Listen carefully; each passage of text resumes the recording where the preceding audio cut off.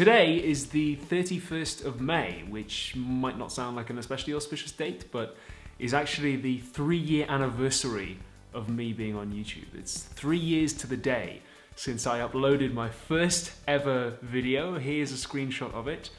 I think I look very, very different. But by way of marking the occasion, I wanted to answer some of your questions, so I asked on Twitter and Facebook and so on, does anybody have any questions about the show or for me? And lots of you responded. Here's a good one to start with.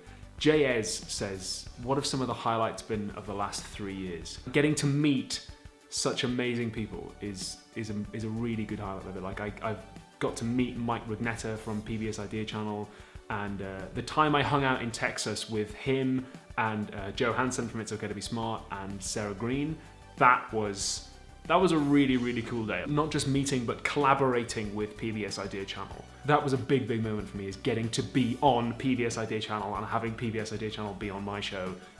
That was amazing. I really enjoyed that. Winning YouTube Next Up was a big one. That national YouTube competition that I won, where I got to go down to London and take loads of classes in YouTube headquarters and hang out with loads of cool YouTubers. That was a really, really big one. Getting to meet Tom Scar as well at YouTube Next Up was an amazing experience, because like when I started out, like, or well before I even started doing YouTube, I watched his videos and was like, damn, that guy's cool. He makes cool stuff, but he's also clever, and he's got an artistic conscience and an awareness of how what he makes fits into a bigger picture of what YouTube is and how it works. He's totally nice. He's totally very down to earth and very chill, and he was a really cool guy to get to hang out with. So that was a big moment. Jazz asks, what's been the biggest change in the way you approach making videos and maybe the platform as a whole? I guess, I just think I've gotten better. I think my writing of scripts has gotten better as well. Some of the early scripts are a bit like, and some of them now I think I'm a bit better at introducing the topic. I hope I am, and sort of leading people into it. I guess I've gotten a little bolder in what I choose to make as well. At the start, I was like, okay, I'm only gonna make videos about like the Frege Geach problem, like the really, really technical stuff. And now I'm like, oh, I wonder if I could do a video about X-Men. And 2 years ago, if somebody said to me, oh, hey, do you want to do a second channel where you vlog in character as famous roles from Shakespeare? I'd be like, what? That sounds like totally nuts. But then a couple of months ago, I thought of that idea and I was like, yeah, why not do that? Why not be bold? And it was meeting at YouTube Next Up people like Marcus Butler and Tom Scar, who were just like, yeah, if you want to experiment, just go for it, man. So I think I've gotten a little bit more creative in what I choose to make. I hope I have. I hope that makes it more interesting as well. Taylor Adams asked, was there a defining moment when you knew you loved philosophy?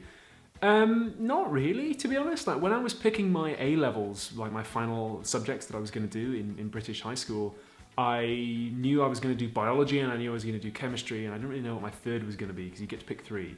And I was like, oh, I'd never studied philosophy before, but I knew the teacher who was going to be teaching it, and I really, really liked him, and he liked me. And he was like, why don't you do philosophy? You might like it. And I was like, okay, cool. I just signed up for it. And turns out I was kind of good at it, and I really enjoyed it as well. And I got good feedback on my work from him, and he was really nice and really encouraging. He was a really inspiring teacher. And that, I think, was when I started realizing, yeah, this is something I'm actually kind of good at. Connor McCartney asks, what's your gym routine, you hunk? I do 3 sets of incline press, 3 sets of tricep pull downs, 3 sets of bicep curls. Then I do all of that again, and then I do all of it again, and then I do as many sit-ups as I can, and then I do like 15-20 minutes cardio. And yeah, that's generally it. Sometimes I might mix it up. I might do some like overhead tricep stretches or lat pull down bar for the biceps if I'm like feeling a bit bored or whatever.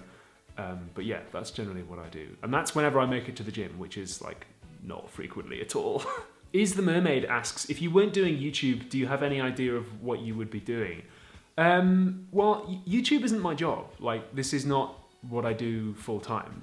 I don't make enough money from YouTube to be able to do it as my job. It's like a part-time job. So if I wasn't doing it, I'd probably still be trying to work towards becoming an actor, which is what I want to do the rest of my life. Like this autumn, I'm going to be going to drama school to study to be like a classically trained, like a real theatrical stage and screen actor. So I'd probably still be doing that. But if I wasn't doing YouTube, I'd probably have a bit more time on my hands. I would probably play more video games. I'd probably have like another job. I'd probably get a job in a pub or something in the village. And that's something that's quite nice about YouTube, is that although it does get me like a tiny amount of money, and it's not enough to live on, it's still awesome because that's time I don't have to be spending doing something I don't like. Like I don't have to be spending that time doing a minimum wage job, which I didn't enjoy as much as doing this. Willem Venuige, I'm sorry, I probably mispronounced that, says, what's been your biggest existential crisis?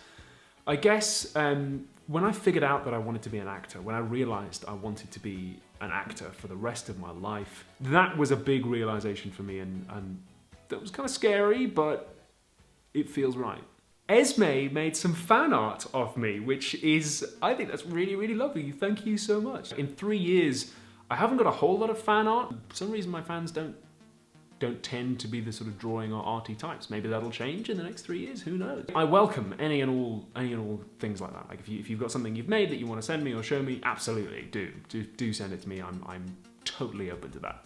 JS also asks, where do you see Philosophy Tube in another 3 years? That's kind of difficult. I mean, my short-term goal, I would like to make 100,000 subscribers by the end of this year. That would be nice. You know, I'm not gonna pin all my hopes on it because looking at the maths, I think it's probably gonna fall just short, but that would be nice. Short-term goals are like 100,000 subscribers, keep doing it, like find a way to keep it alive. And I guess part of it depends on whether or not I can get some sort of sponsorship that'll give me access to academic resources. So if you're a student, you know, you get your student login and you can read all the academic journals. Yeah, I don't get that. And I've written to like almost every university in the UK and be like, please give me access to these things and I'll mention you on the show. And all of them have been like, get out, we don't know who you are. What is YouTube? What's YouTube? New media? What are we doing this? So getting some sort of access to academic materials so I don't have to, you know, pirate them and sort of try and hack into all this shit and try and get it. That would be nice if I could get it on a secure footing. That's probably about all the questions I've really got time to ask, otherwise this video is really gonna get really long. I guess the only other thing left to say is thank you so much. Thank you for watching the show and for being here these 3 years. I know some of you have been here since the start. And that is really amazing that some of you have been watching like 3 years. It's been great how it's grown and people have really enjoyed it and connected with it. And I like to think I'm most of the time making something that's mostly good. I hope I am. And I'm really flattered that so many of you seem to agree with that. Just major love and gratitude to all of you who watch the show and share it and support me on Patreon as well. That's like the people who do that, I still can't get over how generous some people are. So this time, when I say thanks very much for watching, you know I'm not just talking about this video. I mean in a much bigger and deeper and in a really emotional sense. Thanks for watching.